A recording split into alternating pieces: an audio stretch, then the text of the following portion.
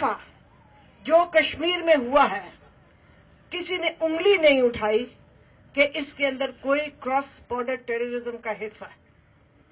جہاں تک برہان وانی کا تعلق تھا، کیونکہ میں خود وہاں سری نگر میں تھی، بچہ بچہ اس کی بات کر رہا تھا. مجھے یہ پتہ ہی نہیں تھا کہ میرے ہوتے ہوئے اس کے ساتھ یہ حادثہ ہو جائے گا. جس سے پوچھو وہ کہتے اب ہمارے اپنے لیڈر ہیں. اور کون؟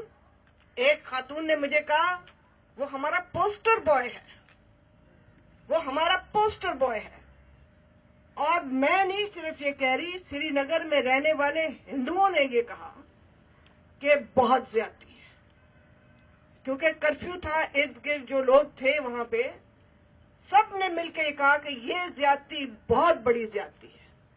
یہ کیا کر رہے ہیں؟ انہوں نے کیوں سیدھا سینے پہ بندوق کیوں چلائی؟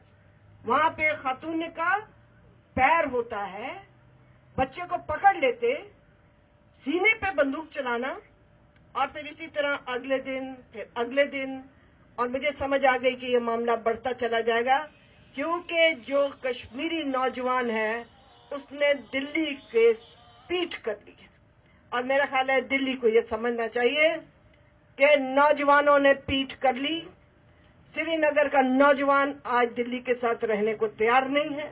میں سمجھتی ہوں کہ بہت چالاک ہے ہندوستان کا وزیر اعظم، چالاک اور لومبڑ ہے. جس طریقے سے اس نے یہ کہا کہ مجھے بلوچستان اور گلگت اور بلتستان سے لوگوں کے آئے ہیں پیغام، اس نے صرف اٹینشن ڈائیورٹ کی. مسلمان سری نگر میں جو بیٹھا ہے اس کی میں یہاں تک جا رہی ہوں کہ اس کے اوپر باقاعدہ طور پہ ایک مہم ہے کہ ان کو ختم کرنا ہے، ان کی انٹلیکچل کیپیسٹی کو برباد کرنا ہے، ان کی سوچ کو ختم کرنا ہے. اور میں نے دیکھا ہے کہ ان کے مائنڈ کو یہ ٹوسٹ کر رہے ہیں. ایک خوف اور حراست میں وہاں لوگ رہتے. میں نے ٹیکسی والے کو کہا کہ مجھے یہاں پہ یاسین صاحب کے گھر لے جانا. اس نے کہا میں تو جا ہی نہیں سکتا ہوں. میں نے کہا کیوں؟ کہتا خود تو اڑ جائے گی، پیچھے سے میرے پیچھے وہاں یہ لگ جائیں گے، میں کیسے جاؤں گا؟ تو یہ ہے وہاں خوف. یہ خوف یہاں پہ نہیں ہے. لڑیں گے، ضرور لڑیں گے، ڈی ملٹرائز کرائیں گے.